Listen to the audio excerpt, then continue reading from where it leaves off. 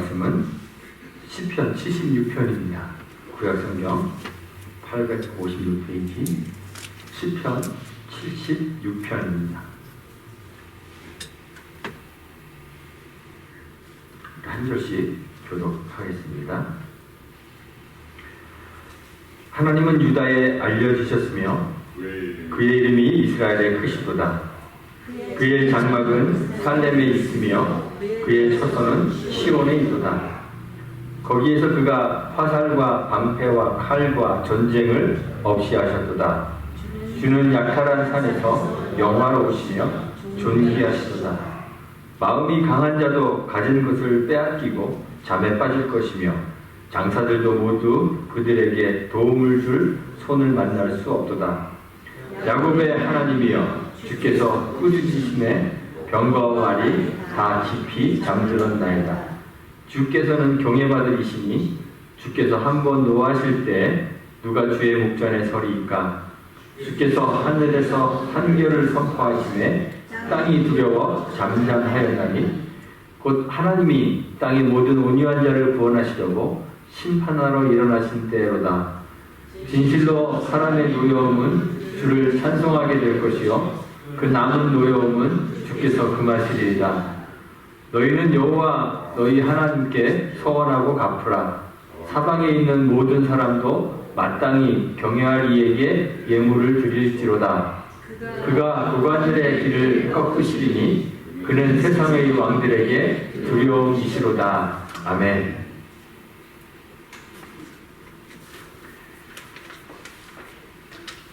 하나님의 나라의 특징은 공평과 정의입니다. 하나님께서 이스라엘 백성들을 애굽에서 구해내셔서 가나안 땅에 정착하게 하신 후에 그 차지한 땅을 공평하게 나누어 주십니다.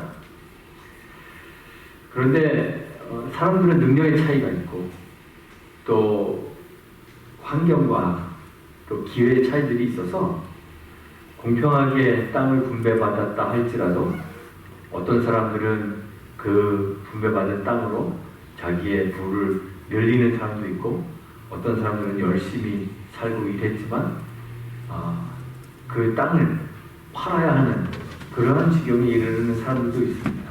그래서 하나님이 애초에 만들어주신 공평이 깨어질 때가 있습니다.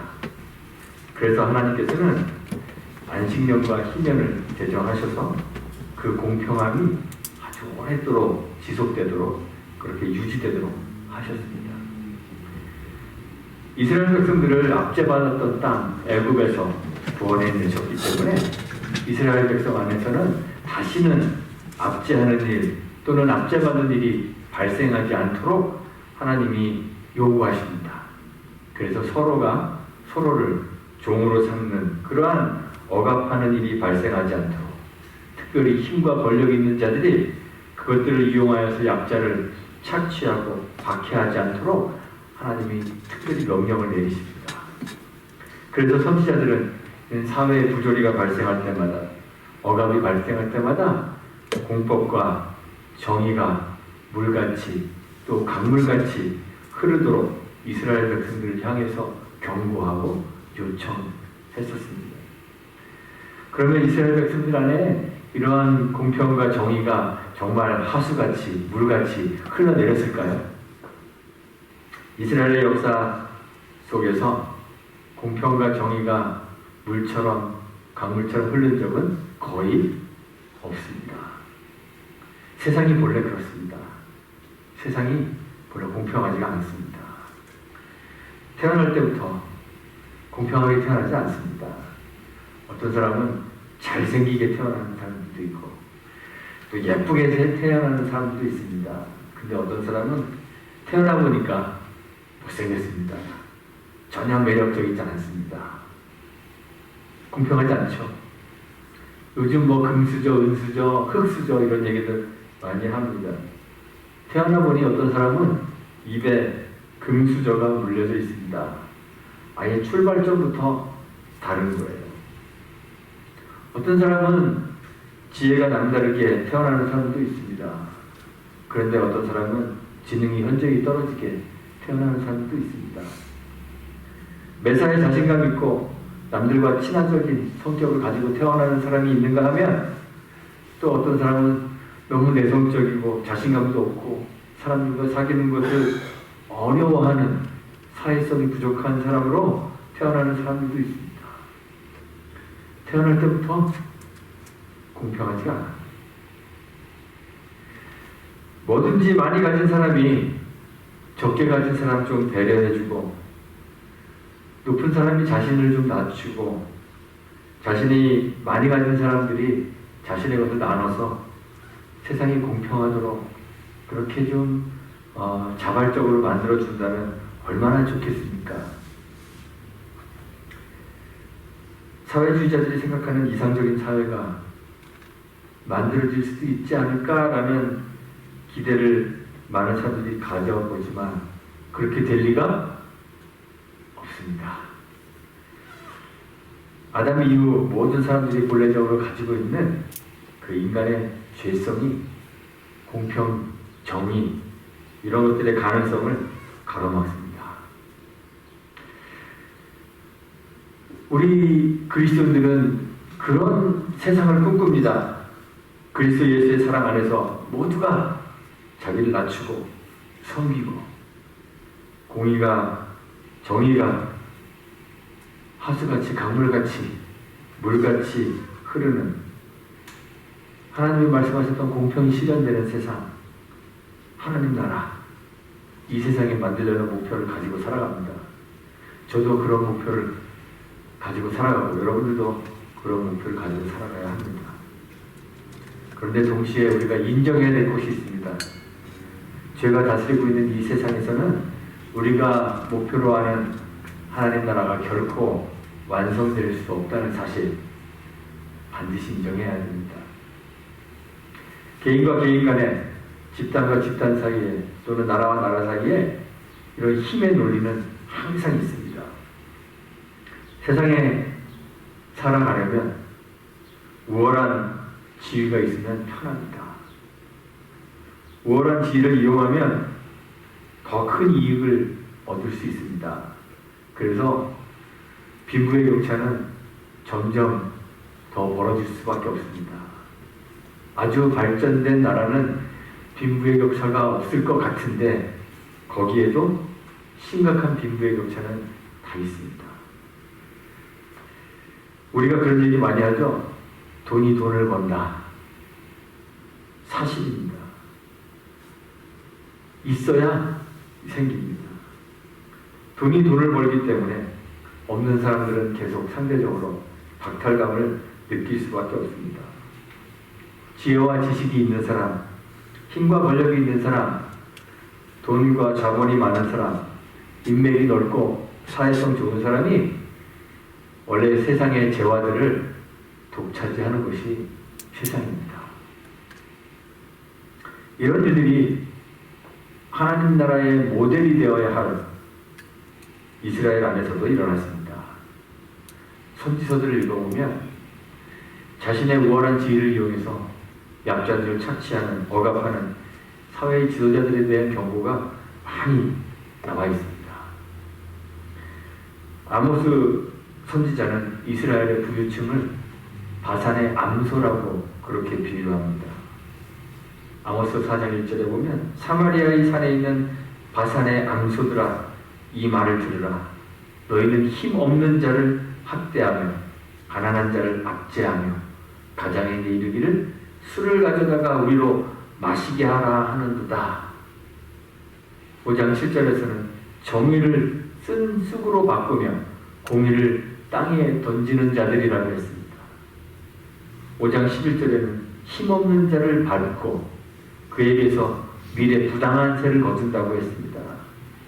12절에서는 의인을 학대하며 뇌물을 받고 성문에서 가난한 자를 억울하게 하는 자들이라고 부르습니다.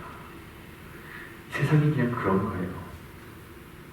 미가 선지자도 유다와 이스라엘의 부정과 부조리들을 책망했습니다. 불공평을 책망합니다. 미가서 2장 2절에 밭을 탐하여 빼앗고 집을 탐하여 차지하니 그들이 남자와 그의 집과 사람과 그의 산업을 강탈한다고 책망했습니다. 선을 미워하고 악을 기뻐하며 하나님 백성의 가죽을 벗기고 그 뼈에서 살을 뜯어 그들의 살을 먹으며 그 가죽을 벗기며 그 뼈를 꺾어 다지기를 냄비와 솥 가운데 담을 고기처럼 한다고 했습니다. 힘 있는 사람들, 권력 있는 사람들, 더 많이 가진 사람들이 가지지 못한 사람들을 마치 삶을 고기 다루는 것처럼 그렇게 벗겨 먹었다는 이야기입니다. 이런 일들이 하나님 나라의 모델이 되어야 할 이스라엘 백성들 안에서도 비일비재하게 일어납니다. 왜 그럴까요? 그게 세상이 되어지고 있습니다. 하나님 백성 안에서 그들 사이의 불평등과 불의, 그것만 있는 것이 아닙니다. 하나님 백성이 하나님 알지 못하는 이방의 나라에 당하는 그러한 불의와 압제와 박해도 또 있었습니다. 하나님이 정말 공평하시고 정의로우신 하나님이라면 우상 섬기고 도덕적으로 타락하고 자비를 잃어버리고 사랑이 없는 이 악한 이방의 나라가 세상에서 힘없고 강대해지는 게 가당키나 한 일이겠습니까? 그래서야 되겠습니까? 하나님 백성을 핍박하는 일이 생겨서야 되겠습니까? 그런데 유다와 이스라엘은 즐거운 주변의 강대국들에게 늘 침략당하고 수탈당하는 고난의 역사를 보내왔습니다. 온 세계에서 유일하게 하나님 섬기는 하나님 백성된 이스라엘이지만 그들의 역사를 보면 주변 다른 나라들을 압도하는 번영을 이룬 적이 거의 없습니다. 그들 주변에는 항상 이스라엘보다 훨씬 강하고 강력한 호전적인 강대국들이 있었습니다. 이집트, 아시리아, 바벨론, 그 후에는 페르시아, 로마, 이런 나라들 근처에 살았습니다. 세계를 제패할 정도로 강한 나라들이 늘 이스라엘 주변에 있어서 주권을 빼앗기기도 하고 포로로 잡혀가기도 하고 끌려가기도 하고 모든 재산과 재물을 다 빼앗기기도 하고 고통을 당합니다. 이렇게 강력한 나라들의 그 압제를 받는 것이야 뭐 다른 나라들 다 그러니 어쩔 수 없겠다 할 수 있겠지만 그 외에도 주변에 비교적 작은 민족들 뭐 블레셋, 미디안, 모압, 암몬 또 아람, 에돔 이런 주변에 조그만 민족들에게도 자주 침략당하고 수탈당하고 고통을 겪었습니다. 세상이 힘의 논리가 지배하는 것입니다. 그래서 힘 될 만한 것이라면 그것이 무엇이든지 무조건 많이 가져야 살기 편합니다. 육체적인 힘도 좀 강하셔야 살기 편합니다. 요즘에 막 길을 걸어가다 보면 갑자기 막 때리는 사람도 있고 그렇대요. 뭐 뉴욕에 지하철 걷다 보면 갑자기 누군가 주먹질을 막 한답니다. 등치가 산만하면 그렇게 하겠습니까? 그렇죠? 육체의 힘도 세면 살아가는 데 편합니다. 돈도 많으면 살아가는 데 편합니다. 지위가 높아도 살아가는 데 편합니다. 똑똑하고 지혜로워도 살아가는 데 편합니다. 그래서 사람들이 그런 곳에 몰려듭니다. 정치 권력 있는 곳에 사람들이 몰려듭니다. 강력한 힘을 발휘하는 돈이 있는 곳에 사람들이 몰려듭니다. 육체적 힘이 있는 센 사람 곁에 사람들이 몰려듭니다. 그래서 보면 조폭들이 그 보스 옆에 쭉 몰려다니면서 형님하고 다니잖아요. 힘 있는 곳에 사람들이 몰리는 거예요. 이런 힘 있는 곳에 사람들이 몰려다니는 거 정말 흔한 일입니다. 그러면 가장 강력한 힘은 무엇일까요? 우리는 무엇을 중심으로 모여야 될까요? 이스라엘과 유다는 아주 강력한 힘과 마주칩니다. 적대적인 강한 힘과 맞닥뜨리게 됩니다. 주변에 아주 강한 나라들, 아수르, 바벨론, 이집트 이런 나라들과 적으로 만나게 돼요. 그러면 어떻게 할까요? 나는 힘이 약하니까. 그에 상대할 수 있는 또 다른 강력한 힘을 찾아서 그 밑에 모이는 거예요. 아수라를 대적하기 위해서 이집트를 중심으로 그 연합을 구성합니다. 강한 힘 그 곁에 모이는 것이죠. 유다 이스라엘은 그래서 때로는 어떨 때는 이집트를 중심으로 모이기도 하고, 어떨 때는 아수르를 중심으로 모이기도 하고, 어떨 때는 바벨론과 화친하기도 하고, 이렇게 동맹을 맺습니다. 아람 왕을 의지하여서 동맹을 맺을 때도 있었습니다. 유다의 세 번째 왕, 3대 왕은 아사입니다. 이 아사 왕은 참 훌륭한 왕이었습니다. 자기 조상 다윗을 쫓아서 우상도 섬기지 않고 하나님 잘 섬기고 남은 유다의 종교개혁을 가져온 아주 신실한 왕이었습니다. 구스라는 나라의 사람 세라가 100만 대군 그리고 병거는 300대를 이끌고 유다를 침공했습니다. 그런데 아사가 가지고 있었던 그 군사는 절반 정도밖에 안 돼요. 절반의 군사를 이끌고 전쟁터로 나갑니다. 나가면서 여호와 하나님께 기도했습니다. 힘이 강한 자와 약한 자 사이에는 주밖에 도와줄 이가 없사오니 우리 하나님 여호와여 우리를 도우소서 기도했습니다. 하나님 중심으로 모인 거예요. 하나님이 가장 강력한 힘이시니까. 그런데 그의 말년에 북쪽 이스라엘 바하사 왕과 전쟁을 하게 되었습니다. 그런데 이때도 하나님 중심으로 모였으면 참 좋았을 텐데 아람 왕을 의지하고 말았습니다. 아람 왕 베나닥과 동맹을 맺기 위해서 자기 왕궁에 있는 모든 은금, 여호와의 전에 있는 모든 은금 다 걷어다가 아람 왕 벤하닷에게 보냈습니다. 위기는 잘 넘겼죠. 그런데 하나님의 책망을 받게 되었습니다.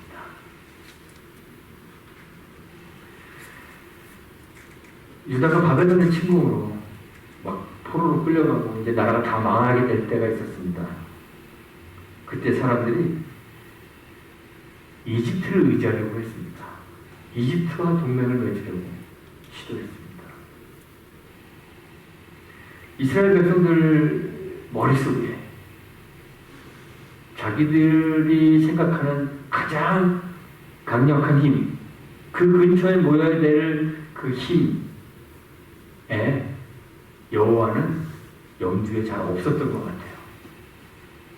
하나님은 보이지 않잖아요. 하나님에게는 뛰어난 장수가 있는 것 같지도 않잖아요. 하나님에게는 강력한 병기가 있는 것 같지도 않잖아요.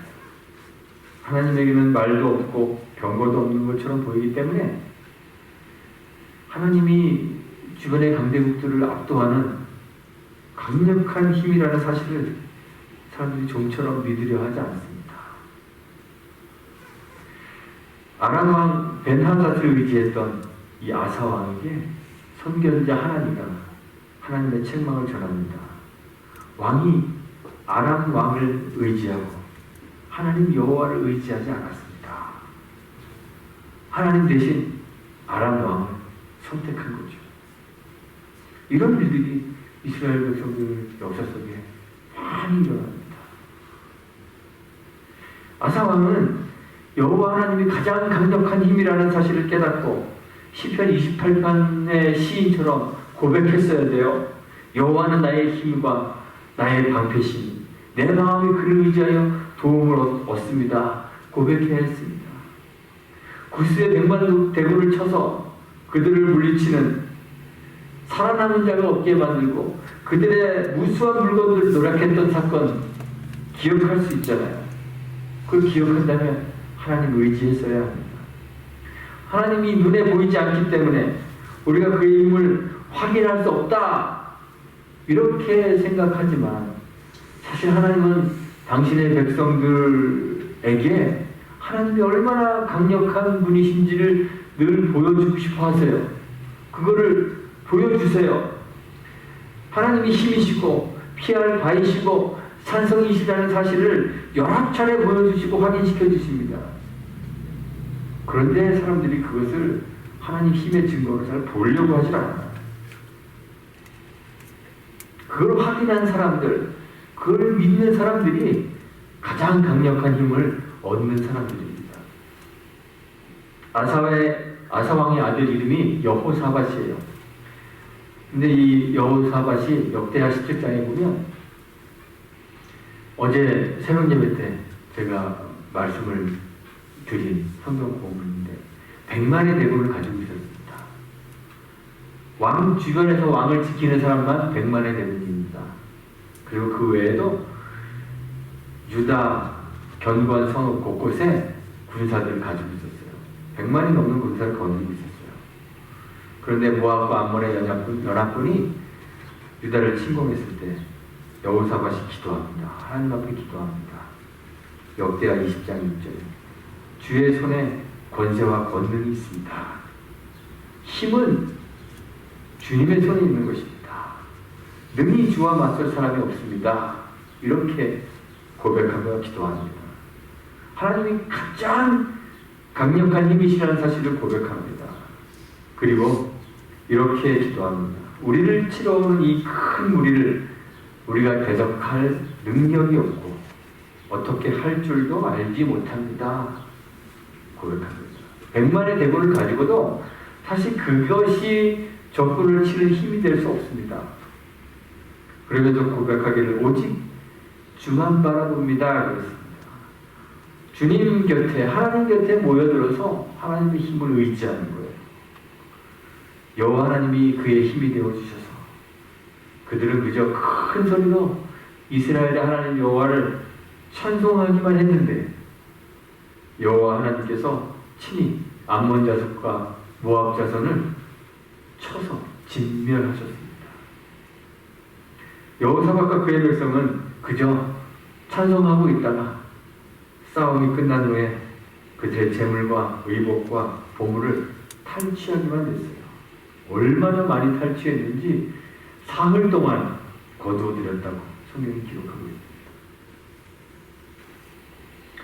히스기야 때에도 하나님께서 하나님의 힘과 능력을 보여주신 적이 있습니다. 아수르 왕 산헤립이 랍사게라는 장수를 예루살렘으로 보냅니다. 큰 군대를 이끌고 예루살렘 성문 앞에 와서 항복을 권유합니다. 당시 아수르는 정말 강력한 나라였습니다. 강력할 뿐만 아니라 얼마나 잔인했는지 모릅니다.